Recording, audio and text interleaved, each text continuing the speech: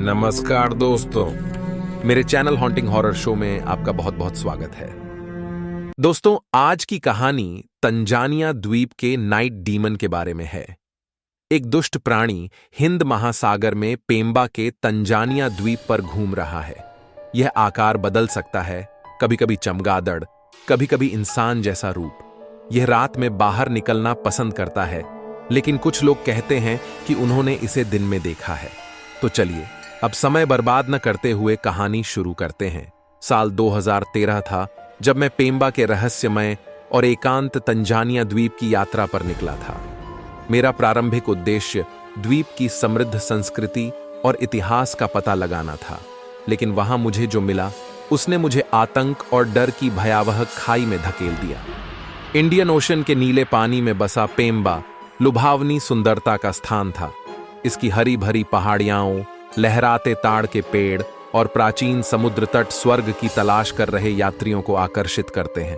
हालांकि जैसे ही सूरज नीचे डूबा, पेम्बा के शांत चेहरे ने एक अंधेरे को रास्ता दे दिया जिसमें एक प्राचीन रहस्य छुपा हुआ था।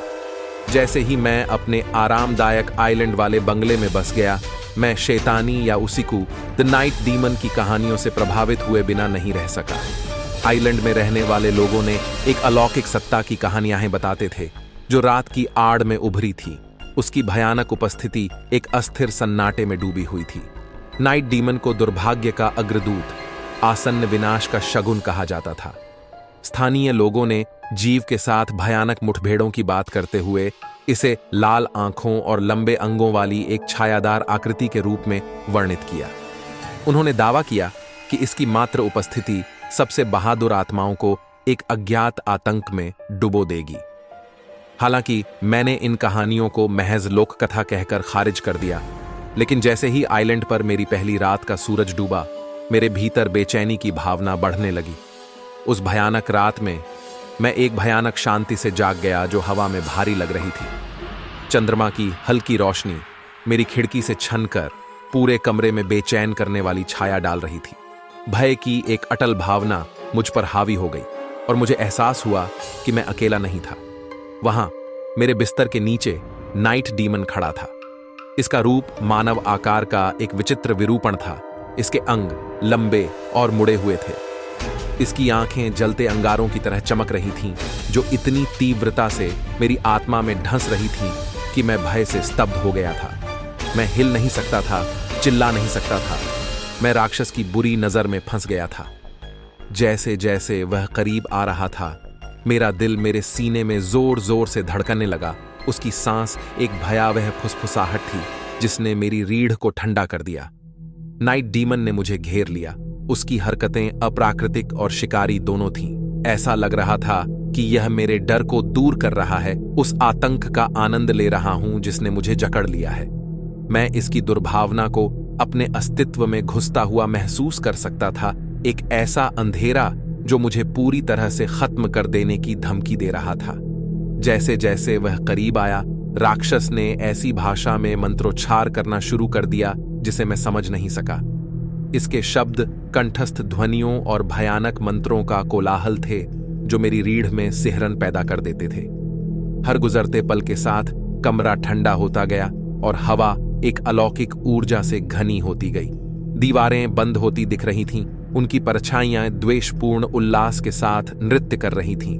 राक्षस के मंत्रोच्चार तेज और अधिक उग्र हो गए, जब तक कि यह उस चरम सीमा तक नहीं पहुंच गया जो बंगले की नींव तक गूंज उठा।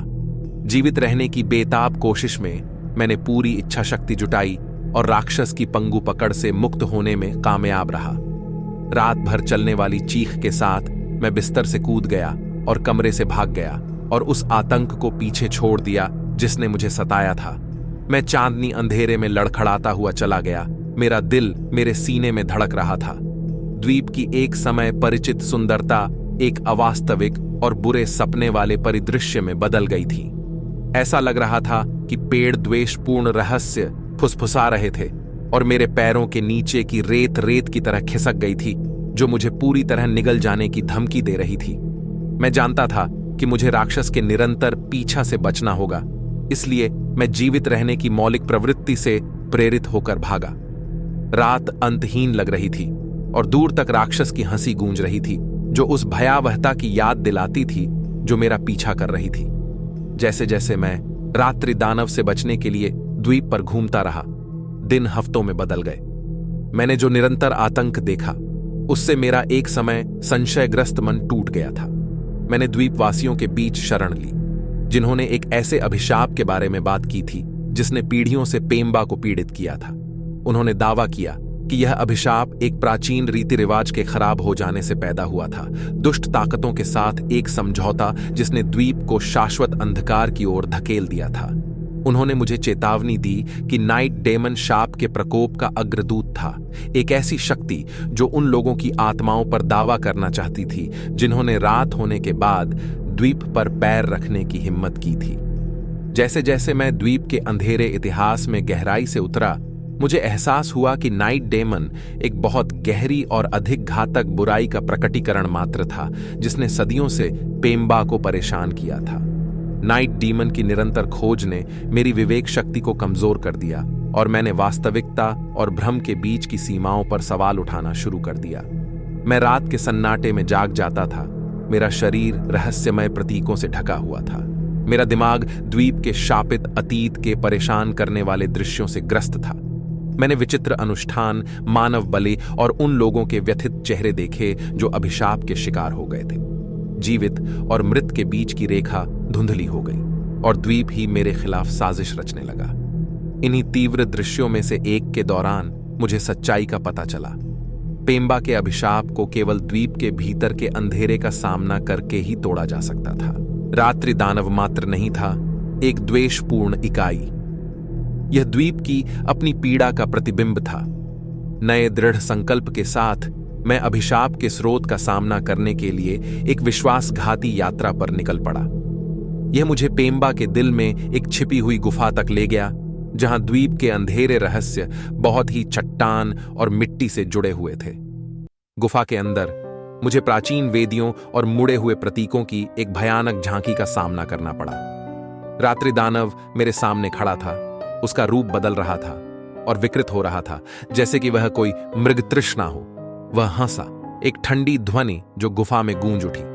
तब मुझे एहसास हुआ कि राक्षस कोई दुष्ट शक्ति नहीं थी जो मुझे नुकसान पहुंचाना चाहती थी, बल्कि एक पीड़ित आत्मा थी जो उस अभिशाप में फंसी हुई थी जिसने सदियों से पेम्बा को परेशान किया था। तर्क को चुनौती देने वाली सहानुभूति की भावना के साथ मैं समझ और करुणा की पेशकश करते हुए प्राणी के पास पहुंचा। राक्षस की हंसी बंद हो गई और उसकी आंखें नरम हो गईं। यह एक ऐसी आवाज में फुसफुसा रहा था जो भयावह और शोकपूर्ण दोनों थी। एक शापित द्वीप और अनंत काल तक भटकने के लिए निंदा की गई आत्मा की दुखद कहानी का वर्णन करती थी। संबंध के उस क्षण में मुझे समझ आया कि पेम्बा के अभिशाप को केवल रात्रि दानव को उसकी पीड़ा से मुक्त करके ही तोड़ा जा सकता है। भारी मन से मैंने राक्षस की आत्मा को मुक्त करने के लिए एक अनुष्ठान किया, जिससे अंततः उसे शांति मिल सके। जैसे ही मैं गुफा से बाहर निकला, द्वीप पर छाया अंधकार छंटने लगा। अभिशाप हटा लिया गया और पेम्बा एक बार फिर लुभावनी सुंदरता और शांति के स्थान के रूप में छाया से उभरा। मैंने द्वीप छोड़ दिया। जो भयावहता मैंने देखी थी और जो मुक्ति मुझे मिली थी, उससे मैं हमेशा के लिए बदल गया। पेम्बा का रात्रि दानव हमेशा मेरे सपनों को सताता रहेगा, जो उन दुष्ट शक्तियों की याद दिलाता है जो सबसे अप्रत्याशित स्थानों में छिपी हो सकती हैं। तो दोस्तों, आज की वीडियो में बस इतना ही। वीडियो पसंद आया तो मेरे चैनल को सब्सक्राइब करें। धन्यवाद।